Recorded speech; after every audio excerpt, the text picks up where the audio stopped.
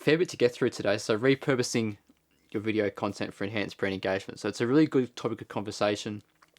Last month, I was speaking about the idea of how you can be the most cost effective with your video marketing. And one of the methods for that is repurposing your content. So it's a good follow-on topic for that. So the key talking points for this morning's conversation is, first and foremost, why should we be repurposing our video content? Because it's an idea that gets thrown around a fair bit. We should be doing it this way. But why is it actually so beneficial? Why should businesses actually be doing it? So that's the first thing we'll be looking at. We'll then be looking at the methods of repurposing content, because it's one thing to know why you need to be doing it and why it's beneficial, but then it's another to actually go ahead and do it. So we'll be going through a few different ways that you can begin to repurpose your video content and how you can implement that within your business going forward as well. From there, we'll be going into a little bit of a hands-on approach. So we'll go through a little bit of a really easy exercise so you can get your brain ticking over and get an idea around what kind of ways you can go about doing it yourself. So we'll bring that to you and hopefully a few of the others that joined in this morning as well, so we can do that interactively as a group. And that's always a really good way to, as I said, get the brain ticking over, but just start looking at how you can actually implement things going forward and make it take action. From there, we'll be looking at the pros and the cons of repurposing content, because as with everything, there are positives and negatives to both fronts. Understanding those is where you're going to get the most benefit moving forward. So if you can understand why there's a positive here or there's a negative here, understanding where those are at is going to be the best going forward. And then we'll be looking at some of the techniques that we use ourselves at Fixon Media Group, the way I go about repurposing content. Again, just to give another perspective on things and see where you can implement things. Maybe you can take 1% out of that and implement that in your own marketing going forward. And then finally, finishing it all off with a bit of a Q&A, not just around the discussion today, repurposing content, but anything related to video production, video marketing. I'm all yours for the hour, so more than happy to have a conversation or a Q&A about anything that you're wanting to chat about. How does that sound? That sounds good. Thanks. Fantastic. So let's jump right into it. Repurposing content for enhanced brand engagement. So one of the things that we have to understand, repurposing content is one task, but there has to be a reason behind doing that. And brand engagement is that reason behind it. And brand engagement, it's a term that a lot of business owners, a lot of marketers, and businesses as a whole tend to misinterpret a little bit. Because the second end of that word, of the phrase engagement, that word has a variety of applications across a number of different platforms and mediums. So if we look at social media, when we talk about engagement, well, that's obviously the things like views and likes and shares and comments.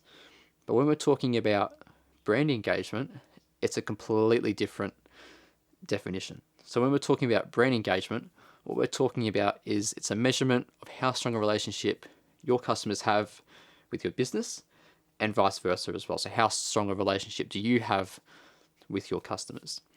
And that's going to be irrespective of those social media metrics, as I mentioned there. So I'll say that again just to reinforce it. So it's a measurement of how strong a relationship you have with your customers and how strong a relationship they have with your business. It's irrespective of those social media metrics. And the idea behind brand engagement is that we're wanting to improve the strength of that relationship in all sorts of marketing activities, but very specifically in video marketing. Because if we can build that relationship and build the strength of the connection that we have, think about it in your own personal life with your friends and your family. The stronger a relationship you have with those people, the more trust you have in those people, the more loyal you are to those people, and it's really important to go about it that way. So we bring that relationship into our businesses. In the long term, through that strength of connection, what does that give us?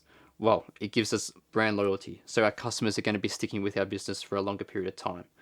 They're going to be purchasing more from us because they're with us for an extended period of time. And then from there, because they have that trust in us because they've got such a strong relationship with us. Well, then over that period of time that they're with us as a customer, they're going to recommend us to their friends, to other businesses if it's the case of B2B, and you can see how that compounds going forward. So I can't sit here as a video producer, as a video marketer, and say brand engagement is going to give you X amount of sales or X amount of revenue, because that can't be guaranteed.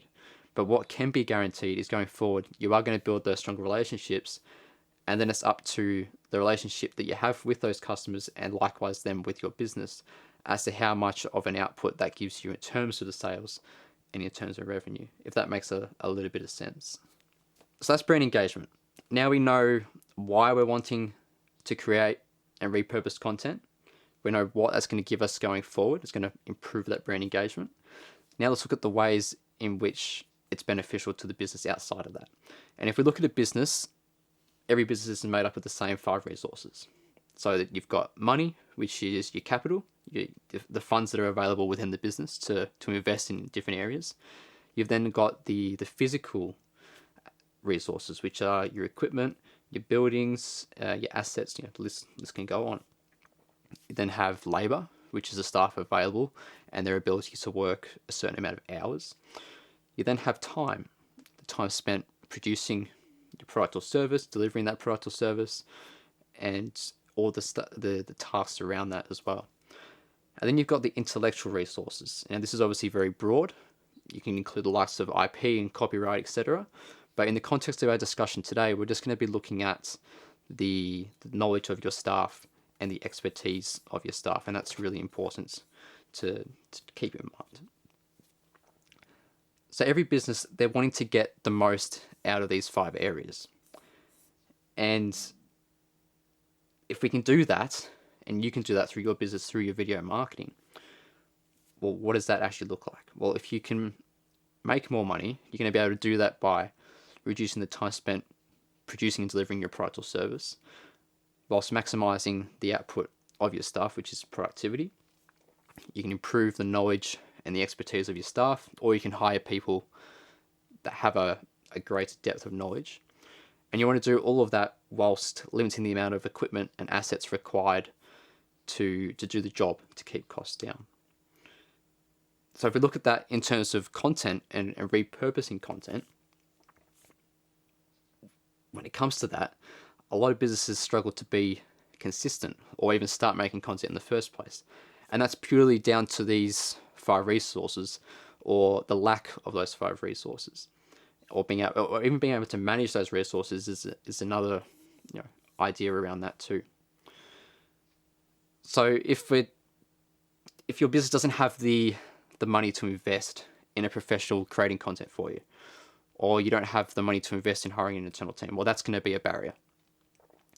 Maybe you don't have the equipment to create content. Maybe you don't have a phone that can record at a high enough quality, or you don't have professional cameras, lights, editing software, microphones, like the whole lot of different stuff. Maybe you don't have the internal staff, or they don't have the knowledge, they don't have the experience to create content, or you don't simply perceive there to be enough time to create content. By repurposing content, you're going to be able to have as minimal a strain on all 5 of these resources as much as possible. And the reason for this is because repurposing content, all it's doing is taking some pre-existing content that already exists and you've already created, and you're simply repurposing that to cross a variety of different platforms and maximizing the output of that original piece. And this is what repurposing content is. If we define that in a really simple manner, it is simply taking pre-existing content and making that relevant across a variety of online platforms. Now, those online platforms are very, very broad. You've got social media, you've got LinkedIn, which I define as 2 separate areas because the goals of both of those are very, very different. Then you've got your website, perhaps you could even look at Google My Business, and then other online platforms, you've got streaming platforms. If that's an area that your business creates content in, creates little 30-second, 40-second advertisements, whatever it is for the likes of Amazon or Netflix or whatever it is, that's another platform that you can take a pre-existing piece of content, repurpose it so it's relevant for that platform. So as I mentioned before, all repurposing content is doing is taking the pre-existing piece, the pre-existing investment that you've used already, and getting the most value out of that by spreading it across a variety of platforms on the other side of things. Is that all making sense, Jude and Brittany? Is that all making sense at the moment? Yeah, all good. Fantastic. Awesome. So that's repurposing content. How do we go about it? As we touched on it at the start of the hour, you can repurpose your content and you can, why you're doing it and know why it's beneficial, but it's one thing to know, it's the other to implement and actually do something about it. So I'm going to take you through a few of the different methods of repurposing content now. The good thing about it is there's a variety of different ways that you can go about it. And that's good because that means you're not locked into a certain specific area. It gives you a wide variety of applications that you can use based on the skills that you have available. And going back to those 5 resources, what amount of those resources you have available, you've got many different options and avenues that you can go down to repurpose content. So one of the easiest ways, and this is probably the one that is the most commonly seen across a number of businesses, is taking a long form piece of content and making that into a shorter form piece of content. It's very simple. You would have heard it probably a million times before, but it's the most common for a reason, and that's because it is so easy to do. So hopefully your business is already creating anywhere between maybe 1 to 4 pieces of content that are long form pieces of content per month. And they could be any different types of videos. They could be maybe a podcast interview. They could be an educational video that you post on YouTube, for example. Maybe a DIY video, if that's kind of the pathway that your business goes down. There's so many different avenues. Even like a webinar like this, just recording this on Zoom this morning, that can be packaged up into smaller pieces down the line as well. So all it is, just taking a longer form piece of content, could be anywhere from 5 minutes in duration to 60 minutes plus in duration, and you're just going to clip those up into some smaller segments. One of the easiest ways, you've got a 30-minute podcast, you might be able to easily get 6 to 10 clips out of that podcast that are really valuable, in-depth, knowledgeable, that you want to share with your audience. 6 to 10 clips, 20 seconds, 40 seconds, 60 seconds in length, and they can go out. Again, we've got this pre-existing piece of content that already is there, it's already happening, and we're simply just getting as much out of it as possible. It's taking every little bit of value out of that piece. We're not creating anything new. It's just simply taking a bigger piece that already exists and spreading that value across the board. So that's one of the easiest methods, one of the most common methods for repurposing content. Another way to go about it, and this is going to help with reducing that time aspect, that time resource, and it's actually one of the easiest ways to get staff that maybe don't have the knowledge or the expertise available to create content on their own. This is a way that they can go about that and not have to upskill themselves in that area. And that is taking a high-performing piece of content that already exists on the internet and making it your own. So at any given time, you'll be looking through social media. There'll be always a piece of content that is performing really, really well. It'll have a lot of views, a lot of shares, a lot of comments. These are the engagement indicators on social media that say a high-performing piece of content exists. So one of the ways you can go about it is you take that high-performing piece of content and you simply make it your own. You give it a little bit of a twist that's relevant to your business and to your target customer. So what I'm saying is you're taking it frame for frame, basically, shot for shot. You go, they've got this shot here, they've framed it in this way, then let's copy that shot, do the next one, do the next one, do the next one. One of the examples, let's just say there was a reel that was going really well on Instagram, and it was a POV, so point of view. The CEO walks into the office, and all the staff are in the office, and they're all giggling around, mucking around, having fun with each other. And then the CEO walks through the door, and they see the CEO, and they're like, head down on the computer to start working away because they want to show that they're being busy and they're being productive. They're not lounging around. Let's just say, as an example, that was a high-performing piece of content. Now, if you were working in, let's say, marketing, for example, I'll use that example because that's what we do. We're working in video marketing. We're wanting to attract other marketers as our target customer. So we would create a spin on this reel that could be POV, the marketing team walks in. So everyone's, again, having a laugh, mucking around. Then the marketing team comes in, they all switch on, they start working away because they don't want to be part of the next video that the marketing team's creating, because you can touch on that culture that people in the office hate having to go out and do videos and stuff like that with the marketing team. So that's an idea there. So hopefully you can get a bit of an idea around how you can take a spin on things. But that's all it is. It's just taking a pre-existing piece of content. It's high performing, so you know it's doing well already on social media, and you're just taking it, making it your own. Do a little twist on it, make it relevant to your business, to your audience, and that's a really great way to go about it. With this method, one of the common misconceptions that a lot of people will have, or the question that they'll ask commonly is, well, won't people know that I've copied this reel from, or this idea from another business, from another person? And my answer for that is 100% understand what you're saying there. It makes perfect sense, but it's really not that big of an issue as what you think it is, because people just don't have a clue. There is so much on the internet already that if you copy a reel that you've seen that you know is doing really well, and you think that you can give it a little twist relevant to your business, people are not going to relate that you're the one that copied this one, or vice versa. It just doesn't happen, because there's so much out there already in the internet, on social media, that people just can't say you've copied this from that person. So that's just a really important thing to remember as well. 95% of the internet is people copying each other anyway. So if you add to that 95% and you tick it over to 96%, it's really not that big of an issue. So far we spoke about taking video and turning it into video again, but taking long form to short form. There's also other ways that you can go about it too. It's all about repurposing content at the end of the day. So another way you can go about it is you take a long form video and you make that into text. We spoke about those long form pieces before.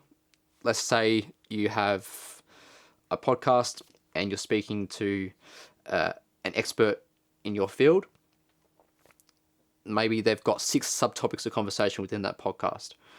Well, each of those 6 subtopics of conversation, you can create an individual blog post on each of those topics of conversations. Then you've got 6 forms of blog posts there. I'm not an SEO expert by any means, but I know based on the conversations I've had with SEO experts and the limited knowledge I do have in the area, that this is a really good idea to enhance your SEO for your website, for your business going forward. Because if someone's searching for that piece of content as a video already, they're probably searching for it on Google as well, and they're wanting to read about it too. So that's a great kind of transition that you can make there. Again, it's just creating those shorter form pieces from a longer form piece. You could even take this one step further. Go from having that topical conversation as a blog post, then create a YouTube clip, not a short form little reel, sizzle reel, 40 seconds, but make it a 2.5, 5 minute video for people to consume on YouTube, and make it that the title of that video relevant to a search term for that topic of conversation. Likewise, if you already have an educational piece of content that you created on YouTube, maybe in the region of 10 to 15 minutes, where you're educating your audience about a certain topic of expertise that you hold, turn that into a blog post as well, or make it 2 or 3 or whatever. So that's another great way to go about it. Then you've got webinars like this. You've got audio events on LinkedIn, which I absolutely love. Video live streams on YouTube and Facebook and what forth. These are all great methods. Again, you can take a longer form piece, clip it up into smaller pieces. But not only that, live streams are actually a really, really good way to build that brand engagement and build those relationships, strengthen the connections that you have with your customers, because it's interactive, right? Like we're here this morning on Zoom, we're chatting with each other. It's interactive. You can ask a question, I can give an answer, you can make a comment, we can talk about that comment and go further on the conversation about it. It's great for brand engagement. You're building those relationships, strengthening those connections. And live streams, they're actually being talked about as being one of the biggest things that are going to come in the next few years. Obviously, they've been around for a very, very long time. But if you listen to the likes of Gary Vaynerchuk, and I've just read his latest book, Day Trading Attention, he speaks about live streaming in there very heavily. And he says that over the next probably 12 months to 5 years, live streams are going to become huge because people are wanting to interact. This is what modern marketing is about. It's about building those relationships with people. Customers want to build relationships with brands, and live stream is one of those ways that they can go about doing that. And it works vice versa. You can do that with your customers. You can build relationships with them. So that's a really good medium to consider in the back of your mind over the coming months as well. And then finally, one of the other methods of repurposing content that you can look to implement is republish content from your customers, your pre-existing customers. And one of the businesses that do this really well are GoPro. I encourage you to go check out their Instagram page and even their YouTube after this webinar, just to get a bit of an idea around this, because they do this exceptionally well. What GoPro do is their customers use their cameras. I've got one right here. Right, they have the GoPro. They film themselves on the Alps in a fast car, whatever it is. They film themselves with a GoPro in the action, in the moment, and they post it to social media. So then what do GoPro do? Well, they see that video, they get tagged in that video by their customer, and they just simply repurpose that and post that on their own social media channels. It's so simple, but it works. And in doing that, they're showing their customers that they appreciate them, they love what they're doing, and they're going to show them off for that. Think about those 5 resources that we spoke about earlier. How much of a reduced load does it have on your business and your marketing team if you can take your customers' pre-existing content and just make it your own? It makes a big, big difference in contrast. And it builds that relationship. So you're getting 2 wins out of one action. Getting the content, repurposing content, and you strengthen that relationship that you have with your customers on the other hand as well. So that's a really, really good method. The second side of that is that it works as a great referral tool as well. Because if you're posting the content of your customers and they go, "Oh, this is really, really good," and they'll share that again to their own friends and to their family and what forth, their own audience, and they'll say, "Look, CoPro over here have just shared my video of me flying down the Alps in my skis," and then their friends and their family look at that and say, "Hey, I would love that appreciation and that coverage. Let me go and get my own GoPro. Let me film myself and then share that with GoPro to get the same result." So it's a great referral tool there as well. And it's subtle and subconscious promotion of the brand too. You're not out there saying, "Hey, look at us, we're GoPro. This is our business." You're saying, "Here's our customers using our product." And when you and I look at that, we're not thinking to ourselves, this is a commercial from GoPro. We're just watching the entertainment that is provided to us in front of us. So that's some of the methods there of repurposing your content, the ways you can go about it. Love to hear your 2 thoughts at the moment, Jude and Brittany. How are you guys creating content at the moment? How are you repurposing content? And how do you think you can use some of these tools going forward to implement it yourself? So basically, I'm a startup. We just launched about 6 months ago. I'm a sole proprietor or principal of the business. So hence the participation of this seminar to understand about content creation, etc. So Sure. the main thing that I would use, because I'm B2B, use only LinkedIn, not any other social media. So my target audience and target market is in LinkedIn. Sure. So startup target market is on LinkedIn. Or have you started creating any types of content at all? Any sort of video? Not yet. So I'm just Not in yet. the process of putting together just my thoughts into like small blogs. And then potentially I was thinking of, creating into a little sketch video, etc., like a very short 30 seconds to talking about clients' problems generally. That's what I was. Sure. And that's the best way to go about it. Talk about your clients' problems. That's definitely the best way. Don't focus on yourself. Yeah. Yep, as you can see in the background, its target market is CFOs, CEOs, managing directors. So they are more into how they can make it profitable, improve the cash flow, improve operational efficiencies. That's what they're looking for. Sure. Nothing. That's the only reason they would engage with me. Mm-hmm. Hence, they're not worried about what I do. They're worried about who I am or anything, how I can solve their pain. Sure. Yeah, that makes perfect sense. Yeah. So, have you looked at like, let's see, obviously LinkedIn is one of the best platforms for B2B, probably the best out there. Have you looked at doing audio events on LinkedIn at all? No, not yet. No, not Not yet. yet. So I just want to, as I said, it's a startup business. Yeah. I'm getting my way across. Yep. So it's just a matter of, I do see, I mean, as I said, my target audience don't have much time to, sit and listen 10, 15 minutes or even YouTube or anything. They Sure. will more than likely 30 seconds clip that would just make their attention. That's pretty much that I was looking for. Sure. Yeah. So, 100% hear where you're coming from there. I'm very similar, looking to target high level executives in marketing. So again, the same kind of struggles there. They don't have the time to consume the content because they're so busy trying to build out their campaigns and what forth.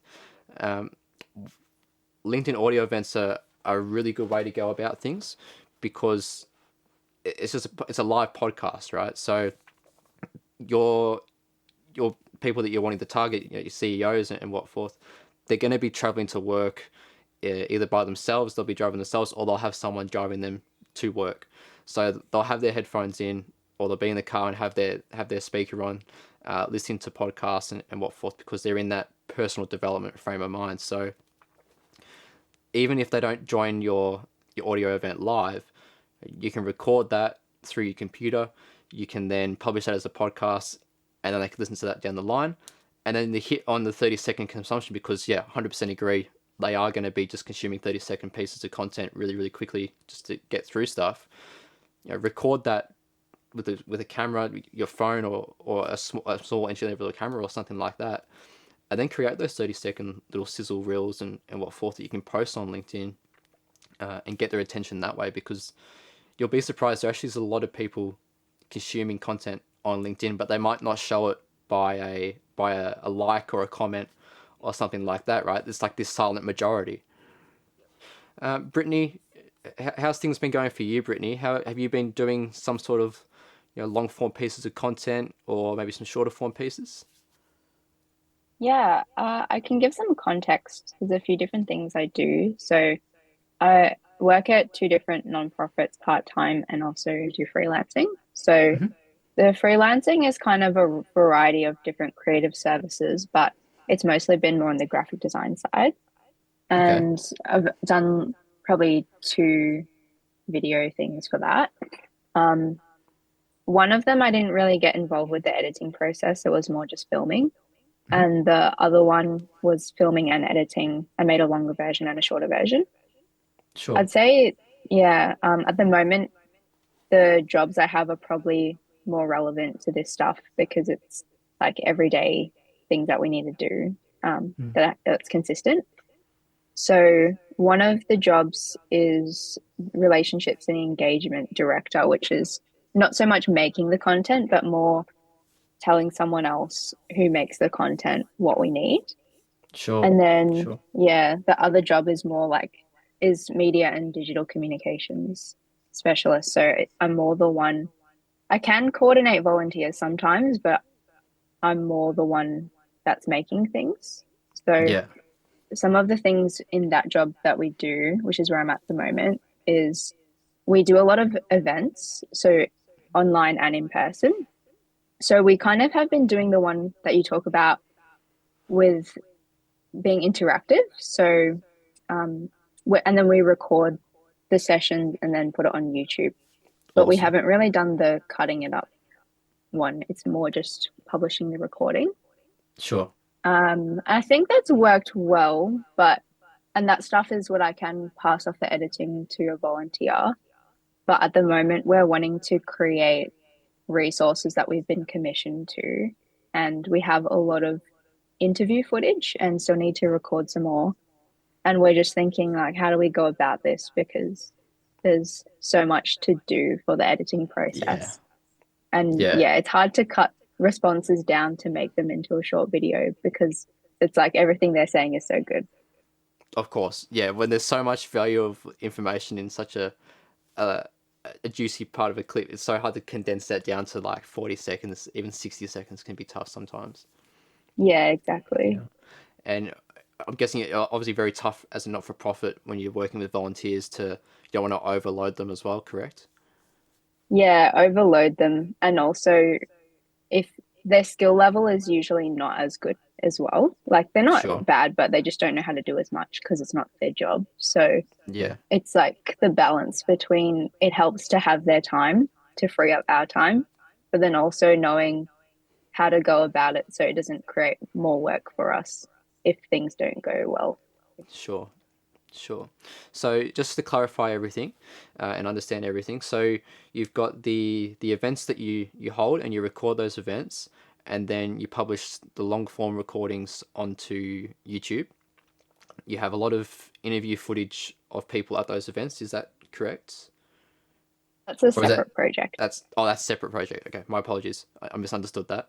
So you've got the events which you publish onto YouTube long form, and you're wanting to clip those up into shorter form pieces.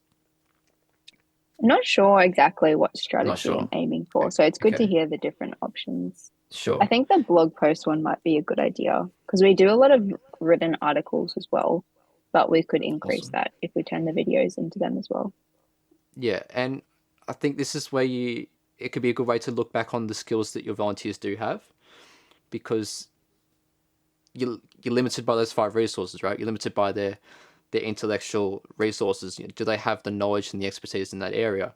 If they don't have the knowledge or expertise in the area of being able to have a longer form piece and identify where they need to clip that up, well, then maybe what they do have the expertise in is being able to look at a transcription of what's said in the longer form piece and go through that and identify 5 or 6 areas that are a topic, and then condense that into a blog post, as you mentioned there. That could be one of the ways to go about it. It's just leaning on the skills that are available currently.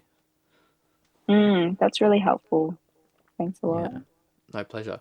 And then in terms of the interviews side of things, as the other project, again, it's easy to say and harder to implement, I suppose, but identifying what is the key value in this conversation and in the interview being spoken about, and saying, okay, this is what we're going to clip up into, whether that be 30 seconds or 90 seconds or whatever it is.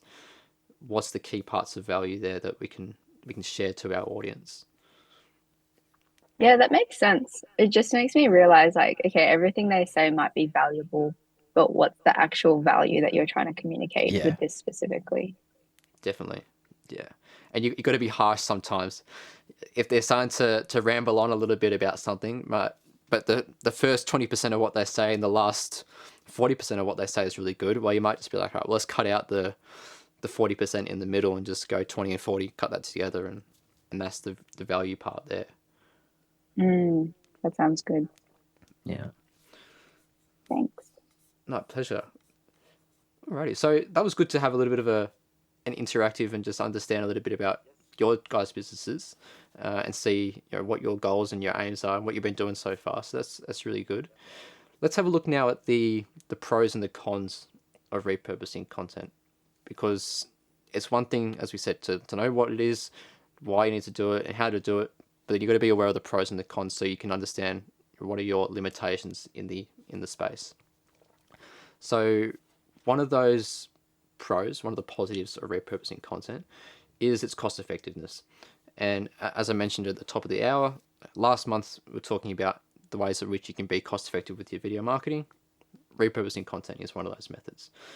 And it's cost effective in both the time of thinking about new ideas, filming and editing those ideas, because you're just taking a pre-existing piece and getting as much value out of that as possible. You're not having to, excuse me, apologies. You don't have to take new ideas and create new things. So you're saving time in that side of things. But you're also saving money and the time of your staff or your volunteers, Brittany, in your case as well. You don't have to spend the money on creating new pieces. You don't have to spend the time of staff or volunteers on creating those type of pieces of content. So being cost effective is one of those pros of repurposing content. Another one is just consistency. And this is the thing that myself as a business owner, I struggle with from time to time.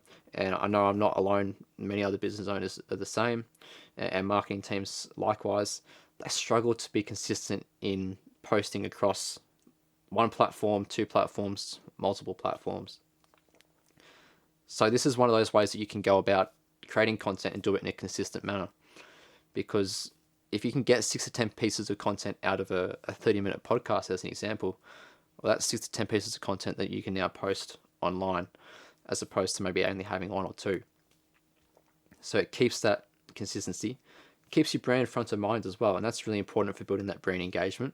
If you don't see a friend or a family member for the best part of 12, 18 months, first thing you ask them when you see them is, oh, what's been happening? Are you still working with such and such job?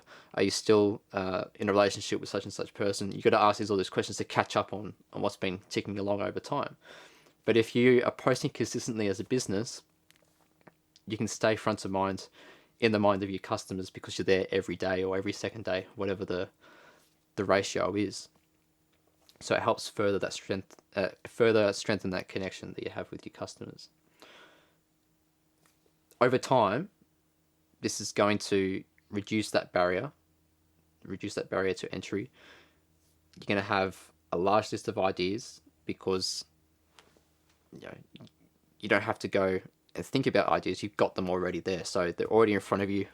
You have a large variety of different things you can come up with, and as I said, that just makes that opportunity to be consistent so much more attractive. So that's a really good one there. And SEO benefits as well.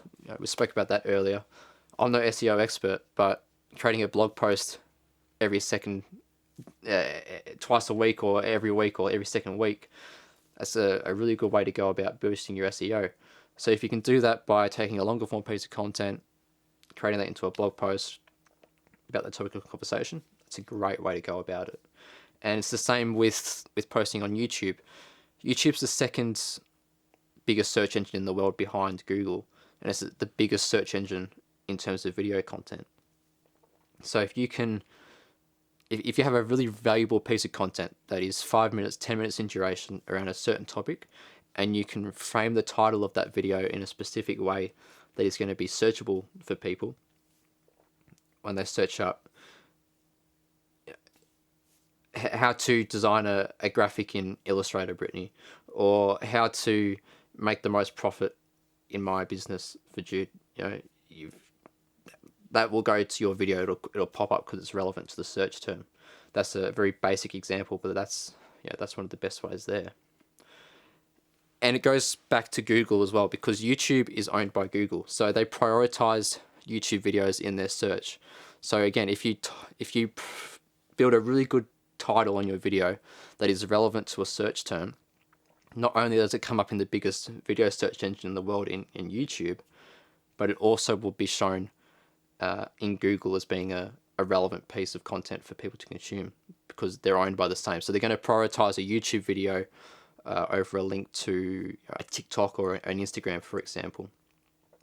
And as a side note as well, TikTok search is a really, really big and fast-growing asset too. So it's probably second behind YouTube in terms of searchability. And Instagram is working very, very diligently in the background to improve their search functionality as well. So those two are probably the next areas where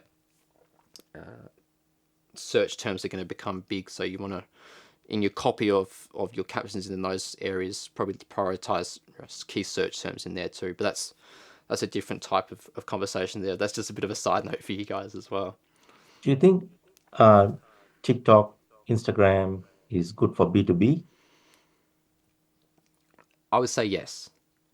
And the reason I would say yes is because you're better off being everywhere than just being in one spot. So even if you're only posting, let's make up an example. Let's say you're posting every day on LinkedIn because that's your predominant platform B2B. If you're posting, let's say 5 days a week on LinkedIn, Monday through to Friday, but then you post maybe 3 times a week on TikTok and Instagram, you're not as consistent on those platforms in terms of being there every day, but you still have a presence on those platforms. And it's better to have a presence than to not have a presence, if that makes a bit of sense. Yep, absolutely. Good point. Yeah. Thank you. No worries at all. So that's some of the positives, the pros. There's also cons, of course.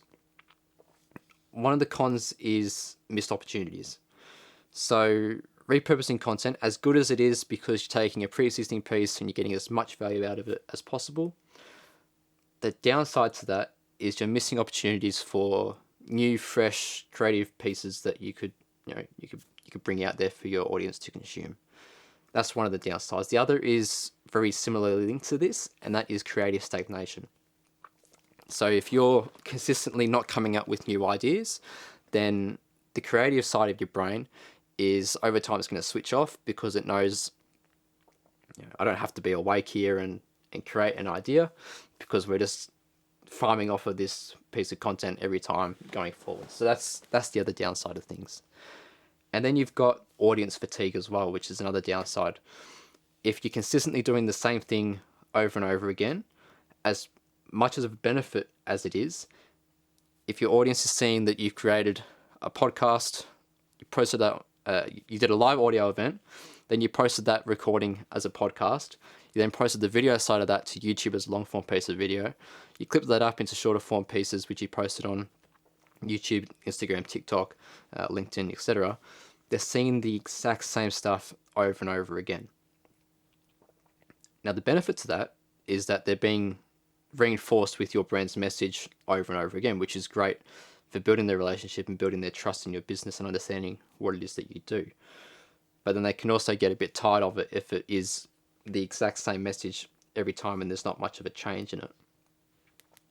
So one of the ways that you can get around doing that is simply just create a little bit of a change every now and then. Instead of saying something black and white every time, well, maybe you say something black and white with a little bit of red in there as well, if that makes a little bit of a sense as an analogy. Just change it up a little bit so it's the same message, but it's just communicated in a little bit different of a manner. So that's another one of those cons there, audience fatigue. But ultimately, you're still going to be cost effective. It's great for time efficiency, great for consistency. The SEO benefits of repurposing content are very broad. And you have that versatility across platforms where you can take a piece and you can make it contextual to Instagram, TikTok, YouTube, LinkedIn, your website, Google My Business, the whole lot. It's really, really beneficial in that sense. Any questions, Jude, Brittany? No, I think that understood. makes sense. Thank you. Oh, good. Fantastic. So then, just to reinforce all of this as we come to the end of it today, how do we go about it at Fixon Media Group? How do I go about it as the business owner in terms of repurposing content? I've been doing these live events for the best part of 8 months, 10 months now. Every month, the second Tuesday of the month on LinkedIn, there's an audio event, or every 3 months there's these live webinars. So these are both audio recorded and video recorded. They then get published to Spotify as a podcast episode, and going forward, they're being published as video podcast on YouTube as opposed to the audio podcast on YouTube. From there, you've got smaller clips which are clipped up. Today's one is the best part of an hour, so there'll probably be somewhere between 10 to 15 clips that come out of today. So those get clipped up onto 30-second, 60-second clips, maybe some longer ones on LinkedIn, because people love to consume longer form pieces on LinkedIn around about 2, 3, 4 minutes in length. In a horizontal format, it's just a different mindset when people are on LinkedIn consuming that type of content. That'll get published there. We're changing a few things up on our social media side of things, Instagram and TikTok, YouTube Reels, Shorts, sorry. So we won't post the latest stuff to there just yet, because we're still changing things up in the background a little bit. But originally, that's what we were doing. We were taking those smaller pieces and publishing on those platforms too. And then in the lead up to each month's event, we post blog posts that are relevant to that event every week in the lead up to it, around that topic of conversation. So we've got repurposing content in previous months, cost effective, what are brand films, short form versus long form content, all these different type of articles related to the topic of conversation each month. So that hits the target on both a video forefront and a text-based forefront. And then you've got audio as well with the podcast as well. So that's one of the ways that we go about it. In terms of my tips for you guys to create consistent content by repurposing content, I don't know, Brittany and Jude, you're in both different situations, but so I'll try and make it relevant where we can to both of you here. I say just start, the easiest way to do it, start with long form first and then go to short form. That's the easiest way to go about it at the start, because short form is very overwhelming at the start. It's easier to create short form content from a long form piece than it is to create short form content on its own. So Brittany, you've already been doing some long form pieces, which is great with your events and publishing those onto YouTube, and you've got your interviews likewise as well. So keep doing that. That's really, really good. The next step for you would be, can you create those into shorter form pieces or blog posts, as we spoke about earlier as well? And Jude, for you, long form pieces is probably the best place to start for you. Being very fresh, you've got lots of opportunity in front of you. Look at spreading some of your expertise and your knowledge through a LinkedIn audio event.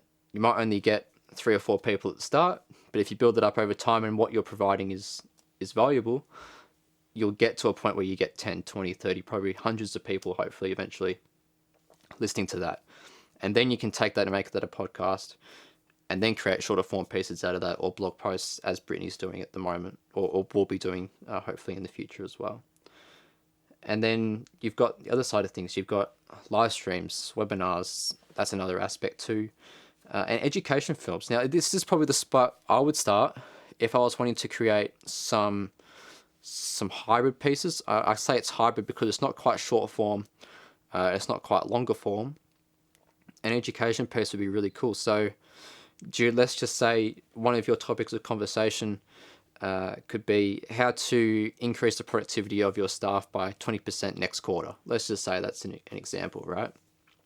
That could be a 10-minute conversation that you have that you post onto YouTube. It doesn't have to be any fancy setup. It can just be you speaking to a camera on your phone or your laptop or however it is, and just speak about how you can increase their productivity by 15% in the next quarter. And that could be a 10-minute educational film there. And likewise, Brittany, for you, for your not-for-profits, it could be a little bit different, but for your graphic design side of things with your freelancing, maybe it's a little DIY tutorial about how you create a certain graphic using Illustrator or Photoshop or however you go about it. So those are some ideas there for the education film side of things. But it's just remember, don't go super, super hard at the start. It's okay to start slow and to build into it over time. You don't have to go and feel like you're overwhelmed right now and go, I need to go on YouTube, I've got to go on LinkedIn, I've got to go on your website. It's easy to get overwhelmed. And I can relate to that situation because that's how I felt at the start. Even being within the video world as my service, I was still overwhelmed at the start in terms of creating content for my business because I felt like I had to be everywhere. But if you just start slow, start posting twice a week or even once a week, just start once a week on one platform, build it up to 2, 3, 4, 5 times. And then once you've got that consistency on one platform, maybe that's when you go a bit wider and you introduce a second platform or a third platform, or flip that, different types of content. Maybe you just start with the longer form piece of content and you do that for 6 months or 8 months. And then you've got that consistency, you've got that routine happening, the habit, and you can say, okay, we're doing really good with this long form piece. Let's introduce a podcast with that, or let's introduce a shorter form piece, or an educational film, or a DIY film. Whatever it is, that's a way to go about it. So that's all from me this morning, guys. I really appreciate you joining on and having a chat. It's been great to chat through this topic of conversation. Next month's event, again, the second Tuesday of the month. I believe it's the 8th of the next month, I think, from memory. On LinkedIn, 10 o'clock start. It'll be half an hour talking about the psychology of storytelling. So it's the idea of how can you communicate your message to your customers through a video. I think that'd be a really interesting conversation, because psychology is one of those topics that is very broad, but if you can crack it, you can do some really great things for your business. So again, thank you for your time. I really, really appreciate it. If you do have any questions that you'd like to ask and have answered, not just about our topic of conversation today, but video-wise, video marketing, video production-wise, please, I'm more than happy to have a chat about those now. Yeah. What's the best way to connect with both of you? Is LinkedIn okay? Yeah, LinkedIn would be fantastic. Yeah. Yeah. Yeah, sure. Thank you. Thanks, Brittany. Yeah, I'll try and find you now, actually. I was wondering, in terms of your podcast, is it under your brand name, or is there a different name for the podcast? So the podcast is called Marketing for the Modern Brand. It should come up as Fixon Media Group as the creator on Spotify. So currently it's getting published once a month, which is these events just recording, getting published.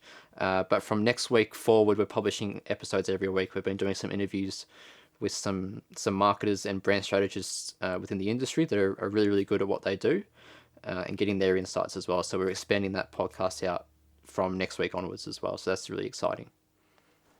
Oh, awesome. Thanks. And in terms of your next seminar, I'm not sure if I'll see it on Transcend anymore since I unsubscribed. So is the link published through any other platform?